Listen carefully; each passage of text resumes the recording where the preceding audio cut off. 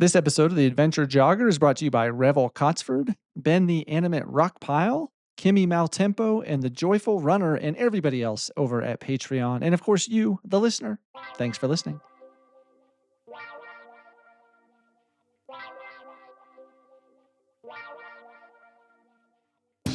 The Adventure Jogger, a podcast about trail and ultra running. Meet fascinating runners from the front, middle, and back of the pack, sharing inspiring and funny stories about life and running. Running should be fun, and so should running podcasts. I'm your host, Stephen Kornhaus, and this is The Adventure Jogger.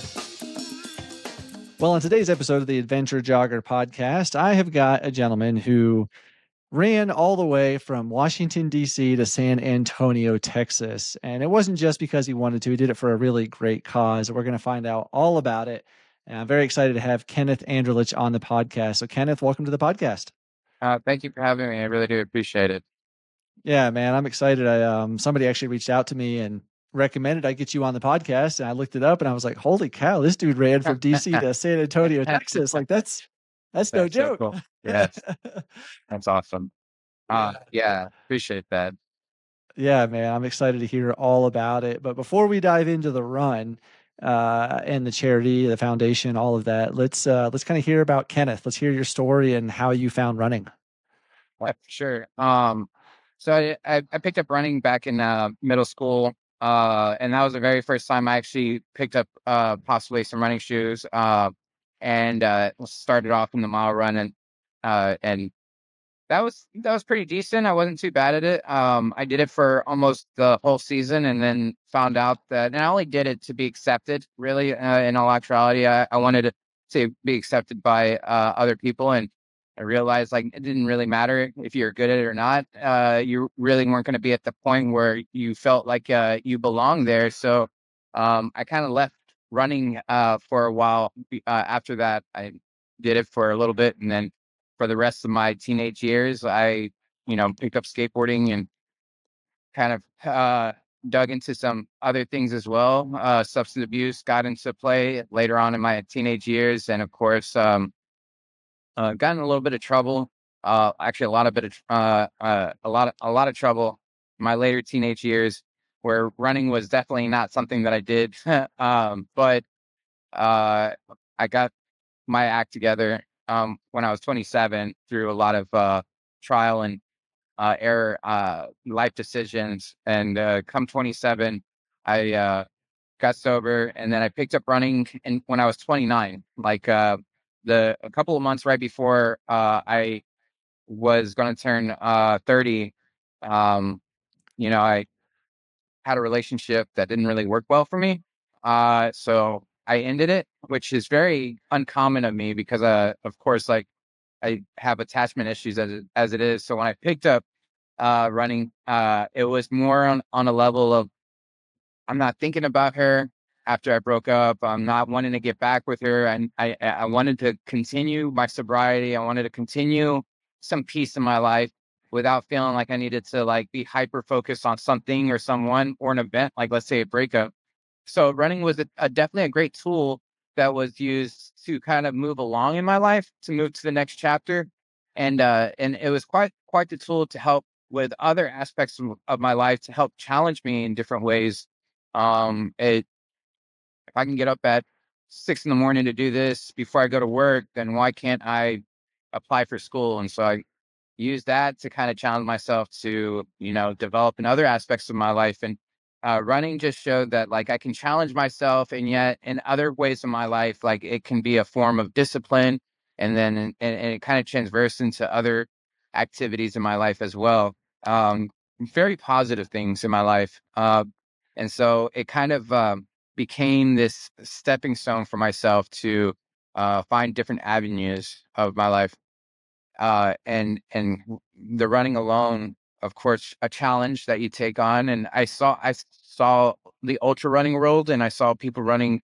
I thought like 5 miles was pretty long, and then saw people running 30 miles and 60 miles within my first month. I was able to kind of see that stuff, and I was like, I want to do that. Um, and before I knew it, like my first month, I was attempting on trying to like do my own solo 50K. Oh, wow. And Yeah, it was not easy. Yeah, I failed like I failed a couple of times. It was either that I didn't plan the distance enough, and so I would run out there and come back, and it was like 27 miles, and it was like, okay, I got to try another day. And it took me my third attempt to do my first 50K before. By that time, I wanted to do 30 miles by the time I turned 30, but my birthday already passed, so it was kind of like I did it post birthday. It was like my first 50K, and yeah, and kind of dr- like dramatically developed after that. In a couple months, I started doing 100Ks, and I got my first injury overdoing it, and Yeah. learned what an injury was and that sort of thing. And yeah, I mean, it's been definitely a lot of great chapters in my life and a lot of learning lessons. Yeah. So you started in middle school, but then took a break till you were 29. So that's I mean, depending on what age you were in middle school, that's basically a 15-year break. I mean, that's Yeah, wow. there's a lot of things in between that, so for sure. Okay. And then you said you were sober at 27 now. Are you 30 now, or how old are you now? I'm 36, so 36. yeah, I'm going on almost come December, if God willing, I'll be 9 years sober. So Wow. That's awesome. Man, congratulations on that. uh, That's yeah, amazing. Yeah. And so you said that you like to challenge yourself and went out. So you started running again at 29, and then you mentioned you wanted to do a solo 50K before you were 30. So how much yeah. time between like when in that 29th year before you started trying to do this 50K, like how much time elapsed? I believe I picked up running sometime like in December of my when I was 29, and leading up to and my birthday's in February, so Okay. December from December leading up to almost my birthday, I had like some time to do some easy runs, but then I was like, I was able to be a part of an ultra run. I saw who my roommate is right now. He was doing his first 100K, and I remember we were pacing with him, and when I say we, I mean my buddy and I both. I just so happened to tag along with him, and I was seeing how this guy was going through the suck, and he was going through so much pain, and he was complaining, and he just like it was just great. It was I felt like I needed to be a part of this world of whatever he signed up for. I feel like I could do that too. I feel like I could walk, as like this guy. And it was definitely like I just needed it to be tangible. I needed to know that there was other people who were either built like me, thought like me, just average Joe type of people, and see them do that, and then I can kind of see it happening. But it was, to think before that day, I would have never thought that anybody could possibly do that. They would have to be aliens to my knowledge. But when I finally got there and I see people that, they literally look and dress like me, and I was like, I guess I can do it too. And so when I saw that, I came back home and kind of, and back in, I would say I've been running for 6, 7 years. So this was like 6 or 7 years ago, which, times were a little bit different then. And you didn't have, like, it wasn't always a thing. And so I just kind of YouTubed some stuff and what to eat, what to take down. I didn't really have too many friends that did this that I surrounded myself around. I Right. had one buddy, Roel, that I would, feed off of. And he was one of my crew members for this journey. So the guy that got me into running actually has been my crew member for other bigger runs before. And so, yeah, I'd asked him, and he's like, just get some nuts and berries, put them in a Ziploc bag. And I think he said I was only kidding about that. And I was like, I really put them in a Ziploc bag. I took them with me, and I had no gels. I brought an apple with me. It was stuff like it's like Nice. as long as you continue eating, and that sort of thing. And yeah, I didn't even have the right shoes. I know that because my feet were always continuing to hurt before I was even halfway done. And all I did was try to do a 50K all on cement, which is Oh, wow. terrible. Yeah, it was just I didn't know what the difference between doing a cement and doing trails, road. I just wanted that distance to be completed, I Right. wanted that challenge to be completed, and then we'll learn our errors after. And so that was it was definitely something. Yeah. So you only had a couple of months before starting running and then getting into this 50K project. Yeah. And Wow. once it was completed, of course, I had some people upset with Roel, because they said, like, you could have equipped him with better knowledge. You could have, and I was so happy I got it done. They saw me limping after that, and I was like, I can't run for the next 2 weeks, but that's fine. And I just remember having these blisters all over my feet and everything like that. And I was just so happy that it was taken care of. And then I felt like now we're at the what's next syndrome, where it's like, you did this, what's next? What's next? Right. What's next? And I signed up for a last man standing. I signed up for a couple of 50Ks before that. I signed up for, an El Paso mountain race. And so it was like finding that path of like different avenues, not just running around in the city roads, but really getting lost and being humbled by different environments was something that was like very rewarding. But at the same time, like, of course, I'm questioning my life choices too, because a lot of my life has always been like, take the easy way, take the easy way, take the easy way. So it's Right. ever since picking up running, there have been times where I've taken the easy way, but it doesn't sit well with me as it used to. Now, I wish I was wired to be on the couch all day. I wish I was, but unfortunately, like, I'm on the couch and then I find myself like, I got to get up, I got to do something. Right. So yeah, I'm probably the laziest athlete that you'll probably come across. So yeah, Well, ultra running is it's forced adversity. Essentially, you are making yourself go through this hard thing, the suffering, the suck, to push past a barrier and realize that you can do something where maybe it sounds like in life prior there were some things that you didn't really have a choice. It was just kind of suffering anyway. And yeah. so, like, to put yourself into that and running now has got to be pretty powerful to get through those goals and achieve them. Also the other part of that is surrounding yourself in a community full of people who are on that level as well.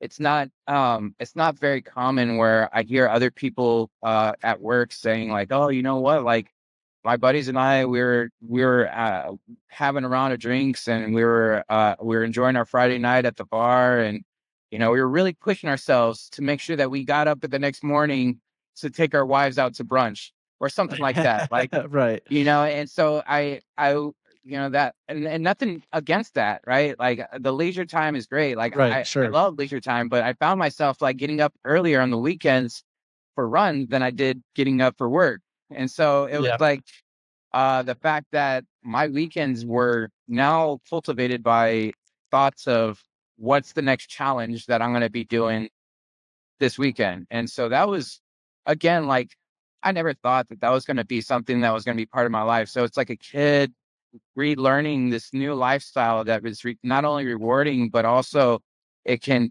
be full of, there's a chance of me not being able to do that long run. There could be a chance of me not being able to hit those times I want to hit, or the distance I thought I was going to be able to hit.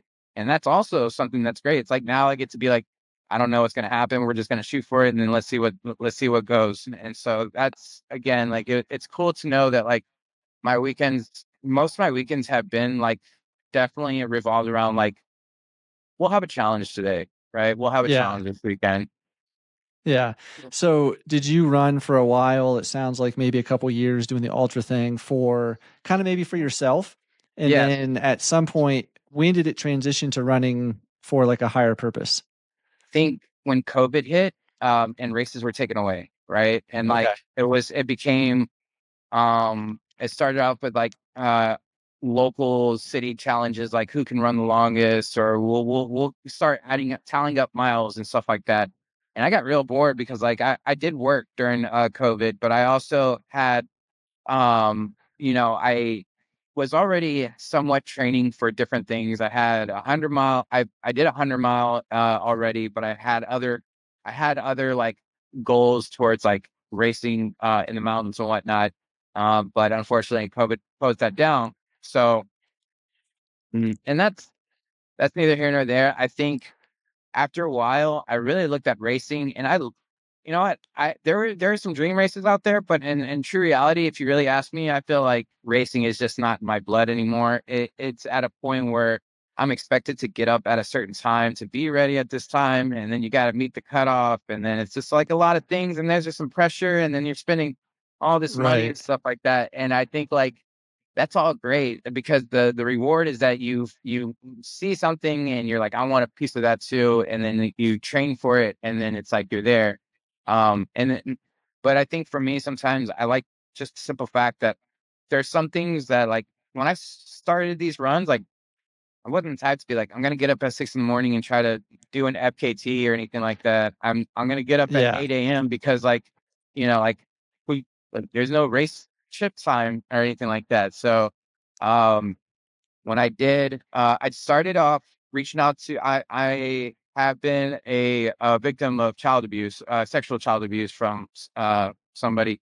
And so after getting sober, I faced that and I looked at it and I was like, oh, I don't have to like put that in the closet somewhere. I can Right. shed some light on it. And so I ran for a child advocacy center called Child Safe.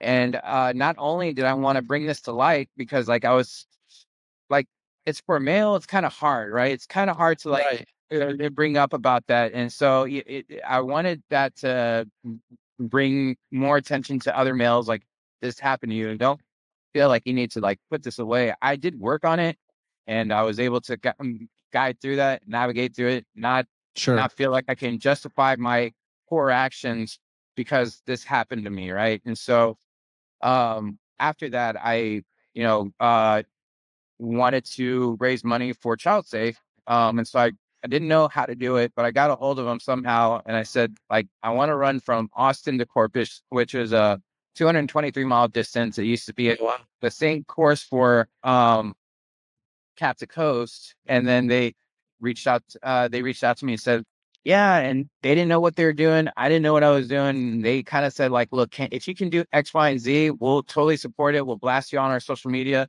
And then Nice. like we have a way that when people donate, they can donate to this link. And so I didn't want to do a GoFundMe because like I was like, people are gonna look at this tattoo freak and three-time felon and all this other stuff, and they're gonna think like I'm Yeah. trying to pay my bills. I don't know. I don't know how people think. I always think the worst. So then I said, okay, y'all have a legit link. It was so hard to I had help with another nonprofit, Streets of Feet, to help raise the funds for this. And it was the first time experience of like trying to get all this stuff, raise attention, raise awareness. I had a Bear Run crew kind of help amplify that message out to the public. I had a lot of help, but at the same time, I also felt overwhelmed with the work that goes behind it before the run. And then, it was like I was training, but I was trying to get the message across, and then I was making sure everything was organized. I was making sure like the wording was correct, and that sort of thing. But after it was all said and done, it took like it was my first 200 plus mile like distance. We were able to raise $17,000 Oh, for that's the awesome. fountain. Yeah, and it was awesome because I thought I only wanted 10,000. I thought that was my goal, and to surpass that and get to 17,000 Yeah. that was like Western State's golden ticket feeling right there to me. Like the fact that that money was going to be used for kids on a scholarship program to get in, and not feel like they were able to help out with 17 kids, through that, Yeah. uh, That's you amazing. know, and so I was like, great. And so, a couple years down the road, I, um, of course, like I wanted to have something that was in the name of like my mother and just have the name of that, like, of course, like my mother unfortunately passed away from addiction. And that was when I was in my 20s. And, before I went to prison, it was very tough for me to look at and not forgive myself. Right. And so Mhm. I felt like there was a lot of work that could have been, there has been work that's been done on that, but there was also a sense of, you know, um, something that like, mom, like I'm thinking of you, this is for you. And so Yeah. there's a program called there's a nonprofit called Pay It Forward who provides sober living for addicts and alcoholics once they complete treatment. they have a safe, sober living environment that they can reside in until they feel ready that they can take on the world. Well, it's like kind of like not so much of a halfway house, but more of a accountability house. While Right. you're still going to work and you're still able to do the things, you're required to go to meetings, you're required to do all these things, but you have the freedom of, you know, living life, right? And so I felt inclined to definitely try to see what I can do because they helped me out, right? Before Right. I went off and lived my life. And so I started on my mom's birthday. The goal was to run from west part of Texas to the east part of Texas. I ran from El Paso to uh, uh, Louisiana, Oh wow. Okay. uh, that was 840-ish miles, close to 850. Oh wow. And I completed it in about 18 days, a little bit over a couple hours. So I just rounded it off to 19 days. It was like one of the bigger projects that we had. It was a little nerve wracking because now it involved like an RV and it involved like at least over a week span of being gone from my house. Yeah. It was kind of a big deal because it involved Texas. Texas takes a lot of pride in their thing. Like if it has anything to do with Texas and then and you're a local and they, of course and there's a lot of support, but there's also a lot of attention. And so it was definitely one of those things where again, it was trial and error and just learning how to navigate through that, learning how to navigate through different uh, um, personal connections that you have with your crew, and the camera guy. We had a documentary about it, and of course the camera guy's there most of the time, and so I had people coming and going, and so it was like there was a lot of variables and moving parts to it that I can get used to, and that's a story of its own. But it was definitely I think it was the first time where I really felt like a little bit of like pressure on, like, I don't even know if I'm gonna be able to complete this. I looked at it and I was like, am I gonna be able to do this? I'm just an average Joe kind of runner. Like I trained like I trained for a marathon. I didn't do any more than like 60 miles a week. Like it wasn't like, Wow. yeah, it's not like I was like spending all my time out there and being like, I got to stay out there alone. Like I trained like as if I was training for, the Houston Marathon, like, and I Okay. was shooting for a 2:55 at best. Yeah. And so, I didn't know if that was undertraining or overtraining. Well, my coach, Ryan Miller, still at this time, Ryan Miller's been with me for almost 4+ years. And so I have utter and complete trust in him. And I've always questioned, like, you sure we shouldn't be doing more miles or anything? And I think like the reality is that like I've learned through myself that too much of a good thing is going to become something of a wash. And I've done like 100-mile weeks before, and leading up to that race, I felt completely burned out. Like I didn't even want to do it, and it was a Right. race that I was looking forward to all year. That's a shame to train so much over and over and over and over. And that's why it's a mental thing. You do it so many times, but it's like that mental aspect is like you have to be mentally ready for something like that. Cause come game day, that's when it should pay off. But for me at that time, I was like, that was so much. I'm so burnt out from running. I don't even want to race this. And so I felt like it was a great amount, the perfect amount for myself, where I felt like my performance was improving, but at the same time, mentally excited for it to do it. Because I feel I've never been paid to run. And so the fact that like I have to tell myself, like, I don't get paid to do this. Like, have fun with it. Like, Right. you're Yeah. not, if it's not going to pay your bills and stuff like that, then like, why treat it like a job or going to school or anything like that? And so, like, I always had to look at it that way. And I was really looking forward to Texas, and it was great. I had a bit of nervousness behind it, but I was like excited to go through West Texas and Central Texas and the Hill Country and East Texas. I was excited to just kind of get lost and run new terrain. And Yeah. it was done. It was it was so much fun, and it had so much love into it.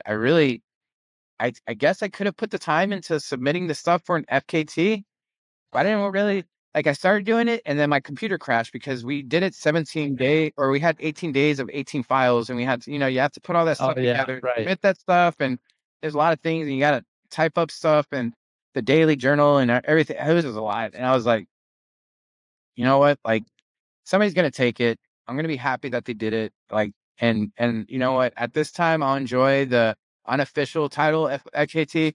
And ironically, this year, Matt Johnson, he did he attempted for the Trans Texas and got it, beating me by, I think, within a day or so time. Okay. And and then like, are you burned up about it? No, man. Like, no. Like, I was excited the fact that like somebody was going to end up taking it sooner or later. It was my first time getting an FKT, doing that sort of thing, and like we were able to raise like over $55,000 for that Oh, program, wow. and I mean, nobody can take that away from you. Like, Yeah, that's they amazing. can take the FKT, but nobody can take away the fact that like you got a community get together, and the money was allocated to that, and it was raised towards that, and that's the cool part. Like, the fact that all that effort should be, you should be taking some pride into that, and so Yeah. I think that was the beautiful part about it.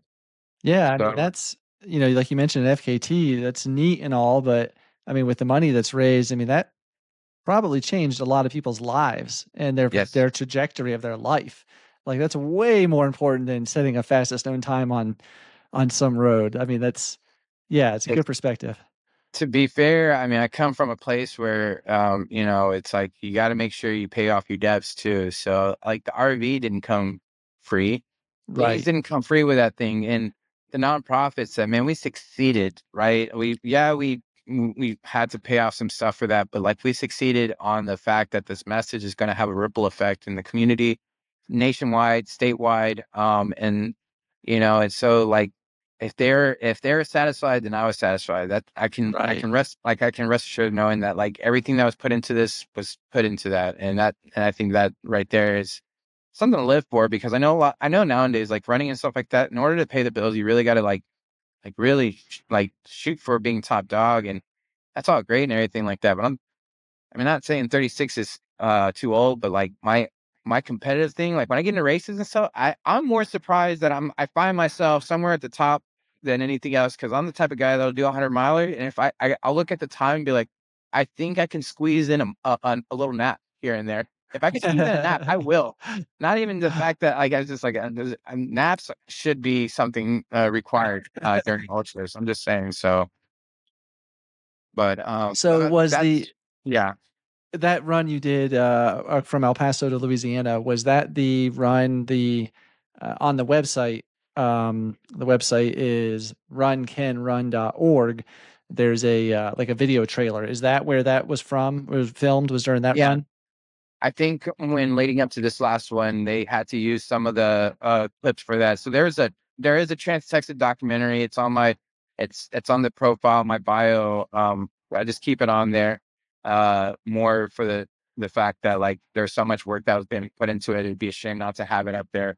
Yeah. So I think they pulled some footage from that, but they also grabbed some footage leading up for this next one, and they have a documentary coming up for this one as well. Nice. And so, yeah, I don't believe it's going to be ready until 2025, which is great because I mean, like, I'm still riding a high off of this whole thing.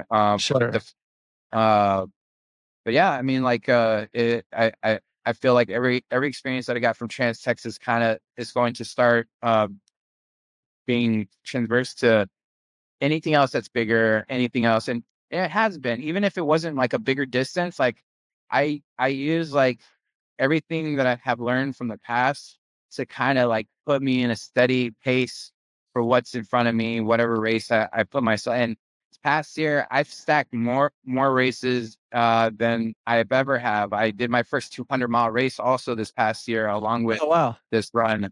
It was Southern States 200. It was the first Oh, one I yeah. did, and that was pretty fun. It was my first 200-mile race. Totally out of my. I don't know if I really want to do another one. That was a lot of racing. I'm not gonna lie, that was a lot of racing. But it was fun. It was great. It was an experience. And if I ever do decide I want to do something like that, it's I'll definitely learn from the last mistakes that I did. But Right. yeah, it was fun. Yeah. Well, how did this big run from Washington D.C. to San Antonio come about? And also, is the Families in Recovery, is this a organization that you decided to partner with, or is this something that you created? So when I started started the idea of families in recovery, it was because of a family that I seen physically had to be removed from each other because of substance abuse. The CPS was there. It was a whole thing, and it's not the first time I seen it, but it was somebody who I knew from my past. It was somebody I worked with, and I work at a place where it deals with stuff like that. So it kind of hit close to home because I knew them as a person, and likewise, and they knew me back before I got sober as well. So it's like seeing that it hurt in a way, and it hurt the fact that I seen the situation, and they were given a kind of a sort of this dilemma of choices where you can give your kid to your mom that you may or may not trust. Your mom's giving you a hard time. You need to, or you can give them to us. But you need to figure out what you want to do. She's like, well, I want to get sober. And the fact was that it's given a hard decision that you can't expect somebody who, especially, is still not in the right state of mind to make. And so it's like, and I feel like there should be programs where, yeah, I mean, of course, like there's points where parents probably not capable at that time to take care of their kids, but then you'd also have parents that, like, of course, like they really do. You could tell they really do, like their actions and through the way that the kids look and everything like that. Like it looks like they're well taken care of. It's just that the parents need to learn how to start caring for themselves. And so like better to continue having them together to start early parenting along with recovery, going to meetings, doing what they need to do, weekly drug tests, whatever it takes. But the fact is that the parents and the kids aren't separated. They stay together and the kids can still go to school, come back, parents go to class, and then at the end of the day, the parents can be parents, right? And still learn how to do this with some, obviously being supervised and having a facility that they can do this at, Right. and so it's like, why not have a program like that? Why not have empowerment to a parent who really does want to be a parent, but needs to help to kind of get off too as well? And so I, especially single dads, that was one thing I also noticed. Like, there's not a place where, and I'm not a dad, right? Like, I'm not a parent, but I can assume that there's not a lot of places, especially in Texas, where a single dad can say like, hey, like I have a kid or two kids. Mom's definitely out of the picture. I'm struggling, but you know what? I'm coming to y'all. I don't want to lose my kids. I just want to be able to kind of like move forward with recovery, but I want my kids by my side. Like, there's no place like that. Yeah. And so like I would hope that with a program like this, it really does shed some light and open some eyes towards like something that is maybe needed down the line for moms, dads, and parents as a whole, to not feel like they need to be divided, but really stay conjoined to progress in recovery and as a family. Because I mean, it's addiction hurts everybody, right? And so Right. that's the way I see it. And so I think the simple fact that everybody starts from ground zero and work with each other going up. And now, so is this a facility that is it going on right now, Oh or is yeah, this like an I apologize. I idea? didn't answer the second part question. So the facility is where I work at. They are they're capable of opening these rooms up. And it will probably have to take until 2025, early 2026 for grants and all the other red tape to be Right. crossed. Um, but hopefully within that time, we're able to. And I work there, and they're able to prep for something like that. They're able to progress towards like having the rooms set up for families that are needing that occupancy to again use that program. Right. Okay. And so this was near and dear to your heart. You're definitely involved in it a lot, it sounds like. So then where did the idea to run from Washington, D.C. to San Antonio just come out? Funny, Because you, I don't even know where the idea came from, other than somebody other than somebody said you should run from point A to point B for a bill. Like you should try to shoot for a bill. Oh, there you go. I was like, I don't even know what a bill is. Like, I don't even what's a bill. And like, I was like, I don't know what a bill is, but I do know like when somebody told me that it was like, it was more to me, it was supposed to be cap to cap. So the nation's capital to Texas capital. Okay. So Washington to DC to Austin. And then I was thinking, like that would have been cool. And then of course my work, we're from San Antonio. So they're like, hey, well, Okay.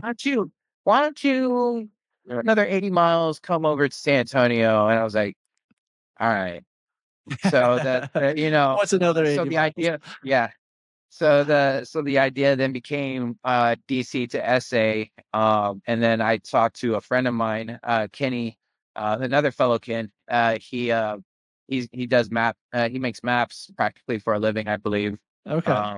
And that's how the map was made out. And so I'm with him as he's like, I have the map made out, but I want to get your feedback. And he has it like in two routes. It's one through Mississippi and I think like the southern states, and then kind of going through the Midwest sort of on and I said I would like to go through the Appalachians. We didn't even have to go through there. That was like my choice to go through there because I Okay. felt like that was like who gets to run the Appalachians, right? And so apparently I learned from another local West Virginian, they're actually called Appalachians. The locals call them that. Appalachian, But right? Appalachian yeah, Mountains. so I was like, oh, I'm sorry. I apologize. I've only gotten lost in these woods so many times now, so I feel like I can call them whatever I want. But Right. it was through the Appalachians or Appalachians, and then going through West Virginia, West Virginia, Kentucky, Tennessee, Arkansas. Then when you get to Texas, you still have another 400 plus miles to get to San Antonio. So Texas is such a big state. and I'll tell you, like it was beautiful all the way up until the point where I got to Texas and we forgot that it was fall. It's still summer here. It's literally 88 degrees right now with high humidity. So, but yeah, we had when I started the run, I started from DC getting to Virginia, and that was nice until the rain started that weekend because I believe Tennessee and Kentucky and parts of Virginia were getting hit by at the time Hurricane Helene. So Right. there was some tail end of that hitting some of those locations. So I got a full week of straight rain, but then after that we were in the clear. So yeah. And what date did you start the run in DC? We started September 20th. It was myself, Roel, and we drove the RV out to, and the nonprofits that were involved were Lifetime, Pay It Forward, and Haven for Hope. They all are conjoined to work together on trying to. Haven for Hope is facilitating the program. Lifetime is helping out with the grants, and Pay It Forward will help employ case management and that sort of thing for substance abuse for that program. So they sent us out in the RV and they said, have fun. Myself and Roel drove up to Tennessee, picked up my buddy Steve Carter. And then we were going to start over on September 20th. I thought like that would be enough time for us to get to Texas and maybe a little bit of fall will kick in. That was my only thing. And in September, it wasn't quite fall. So we were still getting that extra hour of daylight. So so I could start at 8. So I'm not an early riser, so I can start at 8 every day, 7:30 or 8, and be able to get the sleep that I needed, and then still have like I'd have about 11-ish hours to try to get at least 40 miles a day done. So every day I was always racing the clock with 11 hours to get 40 to 45 miles a day done. And yeah, I would they're few and very far between where I'd get up at 6:45 or 7, and I was like, "Yep, let's start the day early." Nope, like 8 o'clock was like, even my crew was like, if you started at 7, we wouldn't be having a race this time. I was like, you know what, this kind of brings on a new challenge anyway, so let's just keep it like this. I don't like to rush or anything like that, and yeah, I mean, it was just the way it worked out, and there's a lot of challenges to this run. Yeah, well, tell me about them. What was the first challenge you encountered? There are no shoulders until you get to Arkansas. Like no shoulders for RVs. Like It was like it was literally just having to look in Google Maps and kind of seeing what the next. We won't have a shoulder for us to park safely until we get to mile 8. So I'll see you then. And that was Oh, a lot of wow. Appalachian right there. And going through Appalachians, there was areas that my buddy wanted to make sure to make things safe for me. So he would kind of take us through some national parks or some side parks and stuff like that, which were great. It's awesome. It was a great experience. Unfortunately, I'm not the best at navigation. I'm not the best at GPS. I had 3 types of navigations with me, and still somehow I was able to get lost. And so I felt like, Oh, no. but yeah, there was some times where, even I had a secondary person with me and we got lost together. But I remember going into a side-by-side car track over in West Virginia. It was like the last end of the West Virginia. It was like we were almost out of there, right? And it's a little spooky sometimes to run to a place where, you're not too sure what's going to end up happening. And we, we, I went through a side-by-side car track that wasn't we didn't know it was, and and Kenny that made the map didn't know and that's what it was. And I felt like it was just like a very big compound that I shouldn't be at, and I was just going through there, realized like I was completely lost because a lot of fresh new trails were being made for side by side cars. And so luckily I was able to see some locals over there, and they're like, you don't look like you're from here. And I was like, I'm running to Texas. And they're just like, they looked at me and they're like, where are you running from? And that was the common thing, was like telling people I'm coming from Washington, D.C. and I'm running to Texas. And here Right. I am, tattooed all over. It looks like I got like, I'm already, sun kissed by this, being outside all day. And of course, I'm not exactly the type of person that you're probably going to be seeing walking through West Virginia and so, or wherever. And so, but that was one of the first challenging things, was trying to navigate on, like, if you get lost and you have no cell service in the Appalachians, how are you going to be? And we just got lucky. I'd get to a certain spot and get like one bar of service and just be able to call my crew and be like, I am okay. Don't call the sheriff. I don't have a headlamp. But I have nutrition and I have Google Maps, and I'll find a way out of here. And the locals showed me, and it was, there's quite a few times that had to happen. But, again, like, it was just a lot of trial and error. Making it out of West Virginia was probably somewhat of a blessing because, we had a little bit more service going into Kentucky. Kentucky still has rolling hills, a Right. lot of elevation each day. It was definitely almost 2,000 feet of elevation through 40, like 40 miles a day at least, on the first half. It was like the first 1,000 miles, I kept it at 40 miles a day. And I feel like with most professionals, when they do FKTs, especially in the trails, they keep it at a certain amount, like 50 to 60 miles a day. So Right. at the back of my mind, I was like, 40 miles a day should be attainable, right? 40 miles a day should be good. And so that's what I kept it at until I felt used to, okay, like let's push it to 45 and that sort of thing. And I had a pretty big gap of time to finish. They were expecting me to finish November 5th. I finished October 31st because started slowly progressing into like 45s, letting my body get used to it. But again, like this run, when I was training for it, it was as if I was training for a marathon. It wasn't like this big amount of. I did a lot of races that were great. Right. I that was a lot of times where I got to learn how to take naps through races and stuff. But a lot of it was like summer races that I did. I had habanero 100K.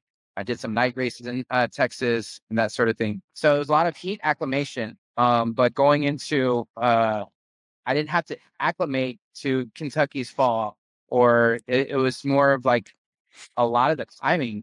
I think there was like 70,000 feet of climb that was going that throughout that run. Wow. Yeah, so it was definitely different things that I needed to remind myself, that this isn't like Texas where a particular part was going to be flat or anything. There was definitely some climbing in Kentucky going into Tennessee, and then Arkansas was a little bit flat, but there was definitely some climbing coming out of Arkansas into Texas. Right. Yeah, probably down there in like Texarkana area, probably something like that. Yeah, I got humbled by the Appalachians too, because it was like when the storm started hitting from Hurricane Elaine. It wasn't like I was in a hurricane, but I knew like it wasn't like this this wasn't going to be easy. There's not. It's already hard enough to be scrimmaging through some pretty big mountains with no shoulder, up and down, going through fast paced traffic and whatnot. It's another where you got some storms hitting pretty hard, and you're having to kind of like meet. You're just drenched, and nothing's fun to me when running in the rain. And some people say it's like very freeing and very liberating. It's not for me. I don't like being wet. Yeah. Yeah, Right. so Now, were you doing this on like big highways, like, Interstate 40, or were you on like back roads? yeah, it was back roads. There was a lot of back roads. Okay. There was a lot of I think I think I tallied up to like maybe like 30 or 40 dog chases, like like going up to the back, and like some were just trying to protect. I would like to say they're trying to protect their yard, but others like were going above and beyond and kind of like going past the yard and coming for Oh, me. wow. It got to the point where I didn't really need trekking poles, but I felt like I needed them, just in case. So Yeah. sometimes I had some trekking poles just to kind of keep with me. But also at the same time, uh, it was also reminding myself to stay on top of my nutrition, 300 to 400 calories an hour, Yeah. for 10 hours. And so ideally, that was another thing that I needed to stay on top of. And then, of course, what helps me focus is kind of ensuring that I have something in my ears, like music wise. I don't even know what I'm listening to 90% of the time. It could be white noise, but it helps me kind of focus out the pain, Right. and just kind of I ran probably a good 80% of the course alone. So that Oh, was wow. like, I wanted to make sure that I stay focused and stay, on top of my stuff. Yeah. Yeah, seriously. So you had the troubles of getting out of West Virginia, the no shoulders, the I dog. showed What docs. what other challenges did you face? I think it's just the fact that drivers are not aware of people running through there. So the Yes. negligence of drivers, and then I had to be on top of my stuff. So I can't put blame on people who are just not used to people running through that neighborhood. And I'm not and I'm not here to put blame on any driver, but I had to ensure that like my safety was my responsibility and no one else's. And so Right. um, and then of course I have to remember I'm not in Texas. I'm not somewhere where, you know what, we broke down, somebody can pick us up. Like I had to remember like stay on top of your navigation and stay on top of, just a communication. If you aren't feeling great, tell them like I'm moving a little slower than usual because, I don't want anybody calling the sheriff saying like he was supposed to be here like 30 minutes ago. The I think after mile 18, I was already like my mindset was like, okay, you're in uncharted territory. But the fact was that like I felt great going past that. I felt, it wasn't until we started getting into believe Tennessee, um, I started feeling a lot of twinges in my feet. And Oh, last during Trans Texas, I had more hip issues. And so I was hip focused during training, strength training. My hips aren't going out this time. My feet predominantly were the ones that were really giving me the trouble that took on a little bit more of a challenge for me, yeah. and so that was another thing that was probably a problem for me. So yeah, my feet took on heavier damage than what expected. And I think it was the lack of maintenance that I did on my feet. There was a lot of calluses that kind of started developing where I think I got a blister under the callus. And so that was an Yeah. ongoing issue. And we were trying to seek it out. And it just, you know what? We got 900 more miles to go. I'll just shuffle.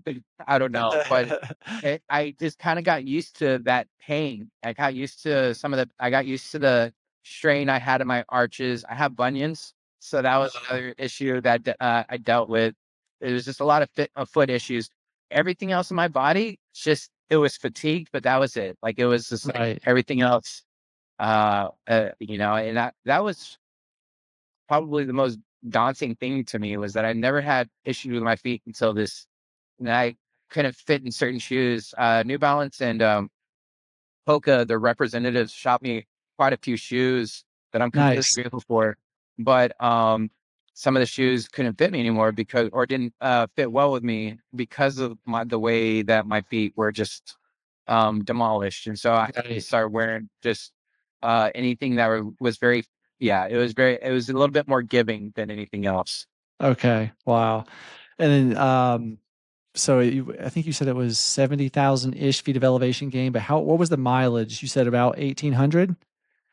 Yeah, it was 1,800 in 42 days, give or take. I think it was like 42 miles average a day, like give or take. Wow. I think there was one day where I did only 30 miles, and that was the first time I hit the Appalachians, and then the rain started hitting.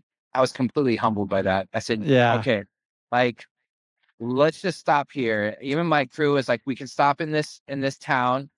Let's revamp, let's reboot, and just be ready that this is what you're gonna be facing for the next 200 more miles. I was like, Oh, okay. So it was definitely again like it was great because like it was just a new challenge. Like I said, it was like as if I'm learning running all over again. And I think some of the driving points was just because of the simple fact that I was only worried about small wins. I wasn't worried about like I got to get 40 miles done. It was all small wins for me that helped me really the morale through this whole thing. If right. I can just celebrate the small wins through this, then we'll be able to kind of push through. And so, yeah, Right. that really helped out along with, just having just a really successful crew stick by my side. Roel Gonzalez stuck from point A, the first day to the last day. And of course, like he's feeding me two breakfasts, two dinners, or two lunches, two dinners. Eating became a chore. Yeah. And I learned that from Trans Texas. That was nothing different. But my part was to just make sure that I ran, I ate, and when I got back in the end of the day, I focused on recovery. I had like a little bit of downtime where I can maybe get on my phone for a little bit or maybe watch a movie, but most of the time it was either sustaining my body to running, or getting my body recovered for the next day of running. Right. Just set. What what did you do to get ready to run the next day? Like what was your routine? I use a machine called Neurosports, and it's an ARP machine. It's something that I focus with as far as muscle development. It's kind of like a TENS machine, but outside of that, it's really helped me out with pretty much helped me kind of keep my muscles somewhat activated even when I'm asleep. Keep them Okay. kind of going. There was some compensation that was going on, even though my feet were taking a big hit. I feel like my body would have taken more of a hit had I not been using this. At least as it's like it helps out with a little bit of muscle strengthening in the sense of like certain areas of my body that I know maybe were slacking in it. And I was like, okay, I'm going to put it on my hips today. I'm going to put it on my hamstrings today. I'm going to put my calves, and it's just going to work it out kind of Okay. into the next day. As well as it had a recovery setting to it as well. And that I've used that since Trans Texas as well. I've been with these guys for 4 years. They've never, or since 2019. So and it's just been great for when I had ITBS when I first started, up into the point of just muscle maintenance. Yeah. I had to say, I wish I was built like a runner, but I'm sort of built like a little bit of on the heavy side. And so I the fact that I use this machine, I think that it continues to keep me a little bit more on the heavy side as far as muscular wise, because of the simple fact that I do believe in strength training. I do believe in injury prevention, and this is part of what are the tools I use for that. Right.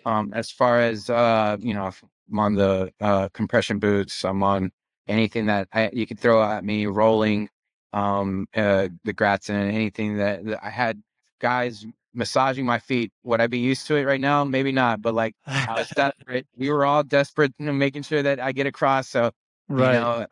everybody had a piece of Kenny's feet.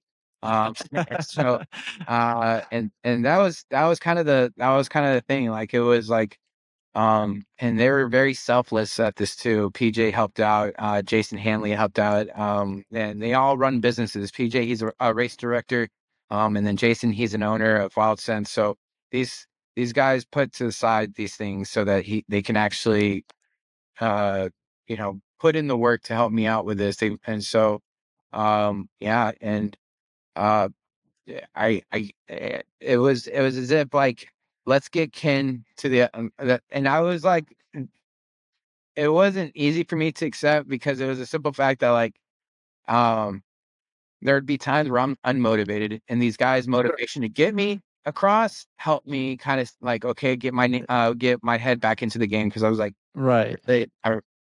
yeah, sure. Yeah. I don't want to stop at like mile 32. And they're like, no, you're gonna get to mile whatever. And we'll call it a day after. And I was like, all right. And ice baths help as well, more or less for my feet.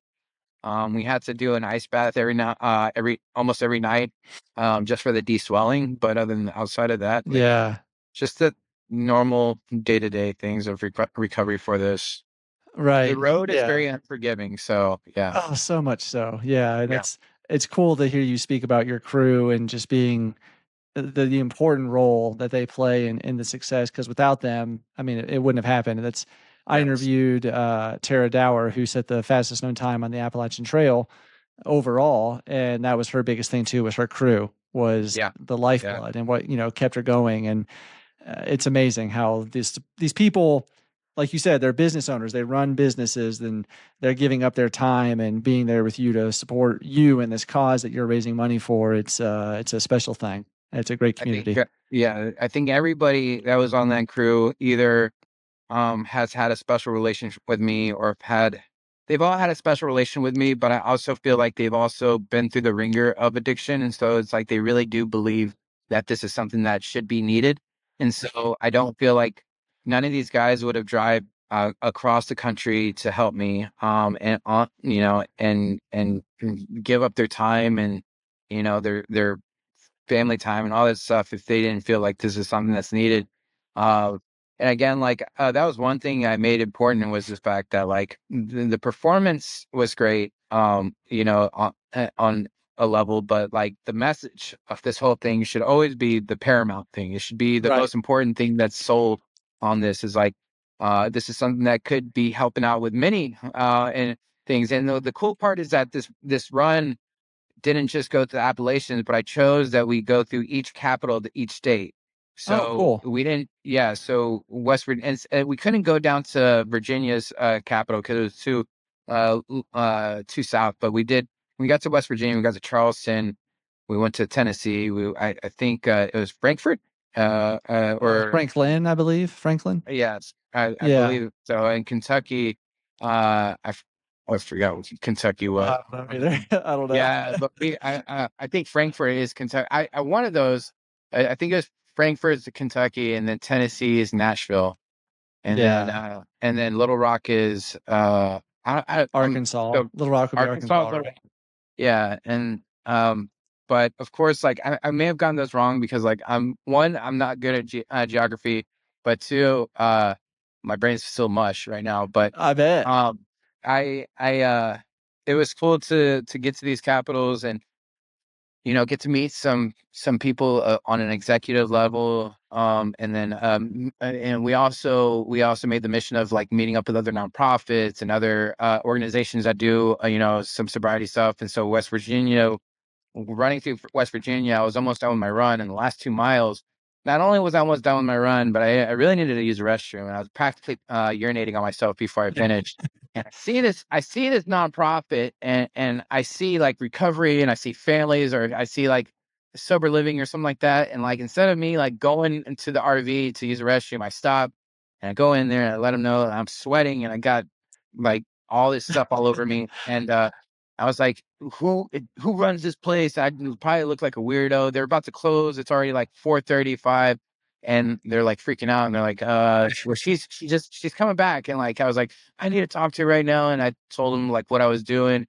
And I was like, and when she showed up, I think it was the CEO, she showed up, I told her, and she's like, I heard about you. I heard you through Facebook or something like that. I was like, oh, thank God.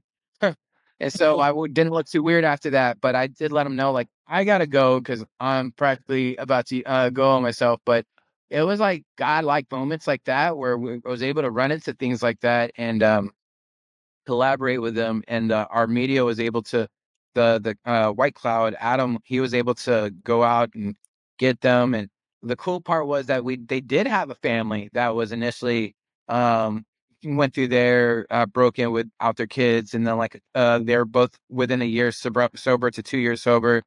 They're in the internship of working for that nonprofit, and they got their kid back. And like, Oh had wow. I not like stopped to like look at this thing and say, you know what, like F that P and Right. finished 2 miles in a couple minutes. I went in there and things like that, and it's very hard to kind of network like that when you're running and like you're trying to talk and Definitely. yeah, but it was definitely a challenge within its own. Like we went to Texarkana, they said get on the news and talk to them. It's different things like that, Oh, but cool. a lot of networking within the cities, the news, nonprofits, and that sort of thing. Yeah, and so then you finished, you said, on October 31st, which was, I believe, what, 5 days before you were scheduled to finish? Is I that right? believe so. Yeah. Okay. Yes. And Yeah. then it looks like, according to the website, you raised over $50,000 for families in recovery, which is like just absolutely amazing. Yeah, thank you. Yeah, and I think we're still accepting donations. I believe. Yeah, the I website believe still we are. has a button for it. So, Yeah. So if it's so, and if you got an extra couple dollars, anything helps. But yeah, the head to runcanrun.org and you can donate to this cause and families in recovery and read all about the route, the specific organization, Families in Recovery. There's some media, so definitely head on over there and consider donating. Yeah, I think after it was all said and done, I think I made a post about not making enough content on my end, not making enough daily content. I'm just not good at social media, not great at it. Right. I try to be. I feel like some people are, but I feel like when you're doing a run like this, like, I didn't even get enough videos. It was just like some of the things I saw, I didn't even think about, like, pulling my video or my camera out, but really just being in the midst of it all and just very present with it because like I don't know if I'm ever going to get a chance to do something like this again. Like I don't know. Nike or New Balance, nobody's reached out to me and say, hey, we want you to run this far, this far. So it's like Right. to have something like this takes several months to plan and have organized and Oh, have absolutely. commitments to. So and just to have a crew like this, and so the stars really aligned. Though things went completely wrong on this run, and there were so many differences and so many personality differences, the stars really aligned on this to really like get everything going for this. And like, I really feel like this was definitely a great mission that was when I didn't have to fight, I didn't have to lie, cheat, steal, or lose sleep over anything. Everything just Yeah. worked out the way it should. And it was awesome. And yeah, we hit some hiccups, but in all reality, I mean, like, things happen that just organically happen, and I think like that's all that really mattered to me, and everybody came back to their families safe and sound, and I still have all my limbs, even though I fell in the river trying to cross it with Steve because we got lost in the woods, Oh my and there's goodness. footage of that of me trying to cross over a log and ice and the river. It was in West Virginia after the rain, and the river was pretty rapid. I'm trying to cross the log, and I fell, and I fell in the river. Oh Even my after all gosh. that, like it was things just kind of naturally happened. And yeah, Yeah. great. Man, at the end of the day, like you said, you accomplished the mission. You got it done. You finished in San Antonio, and I saw a couple of videos, by the way, of the finish on the Facebook page, which was pretty cool to see that. See you come in there, Uh, and that was cool. yeah, But that I- brings up a question. You mentioned you don't know if you'll get to do this again, but have you already started planning running across the United States or something? What's next? I feel like running across the U.S. is great. I think it's been, and I want to be part of the other 440 people that have done that, or Right. so, A lot. be part of that club. But I also feel like if I only do these things to raise awareness. I want to do these things to spread the message. I never really considered myself like ever to be like anything close to an elite. Like my thing is just really like the average guy who sees something in their community and wants something to be fixed there. And so they'll just go off and fi- find a way to do it, because I don't have $90,000 to throw that way. So, Right. and if I do see something that really like, I want to see brought to light and see if maybe other people see that, then yeah, that'd be definitely something. Outside of that, if I didn't have a bigger cause, then I would have given up probably by the time I found out it was raining in West Virginia. But the Right. fact is that like there was a purpose, I felt like there was something that needed to be done, and saw a family who went through hell, and they continue to go through hell. And like I used that to be like, I'm going through hell, and like they didn't quit, I'm not going to quit. Like, and so Right. that was and that was another thing. Had it just been me being like, I want to do an FKT, I have like very little like competitiveness to me. So it's like, if you know all it took was for me to trip on a rock and be like, all right, you know what? Hey, like that guys, it was good, but and maybe that's just what it is. Like I need something to kind of spark another thing.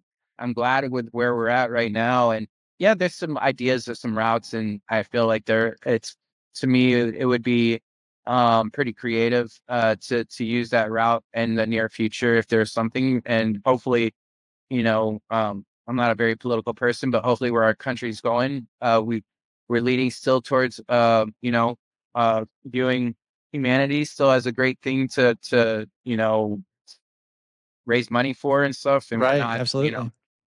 and so, that was another thing.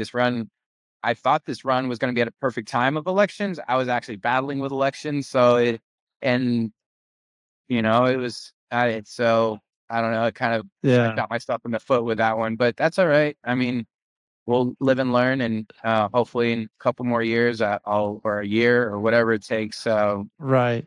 do Well, another. you mentioned $90,000. Is that what this run cost to put on? No, no, no, no, no. Oh, okay. That's what I wanted to raise towards the cause. It was, Gotcha.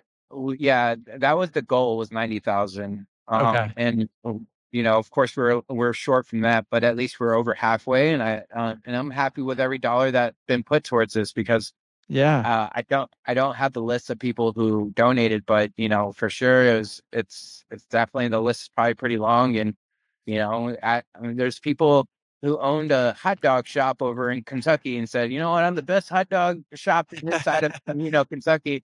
And then we tell them like, well, I want to volunteer to, or I want to donate to that. And it was cool to just, and these are very red states.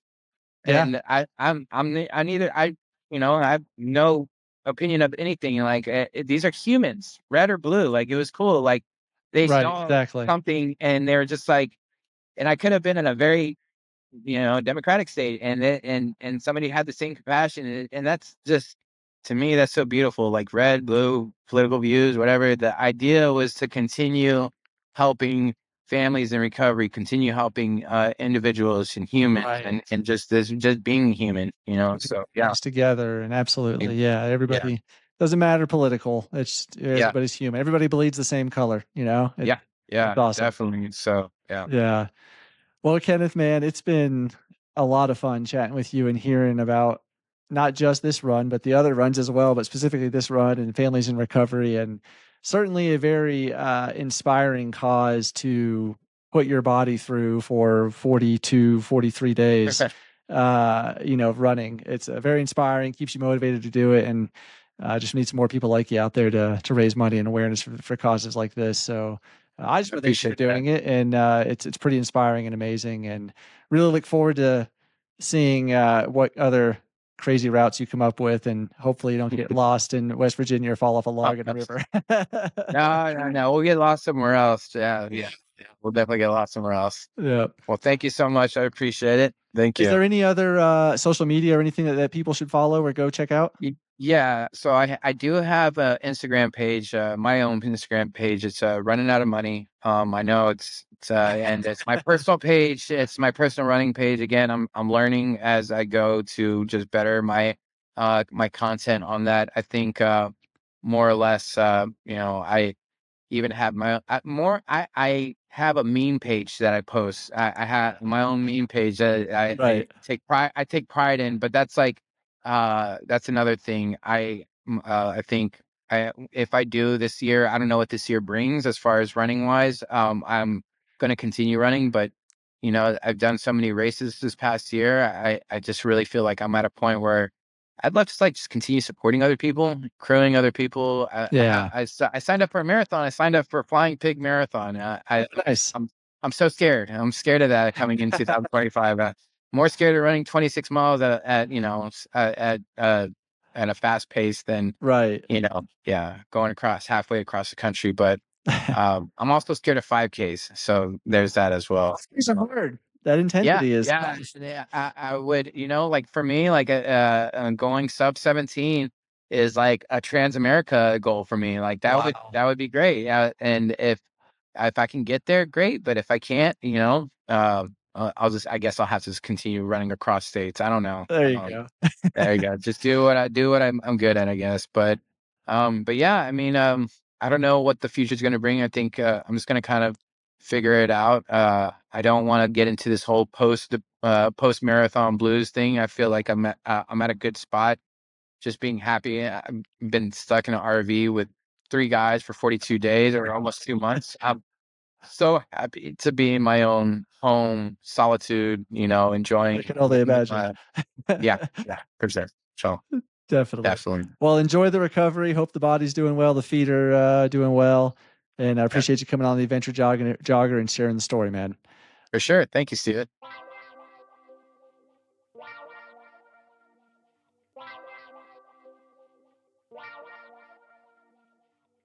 If you enjoyed this episode of The Adventure Jogger, please consider joining our Patreon and be sure to follow us on Instagram, YouTube, Facebook, and TikTok for more content like this. Without your continued support, we would not be able to produce this type of content. So thank you so much to everyone that has listened, followed along, subscribed, liked, commented, you name it, donated on Patreon. Thank you.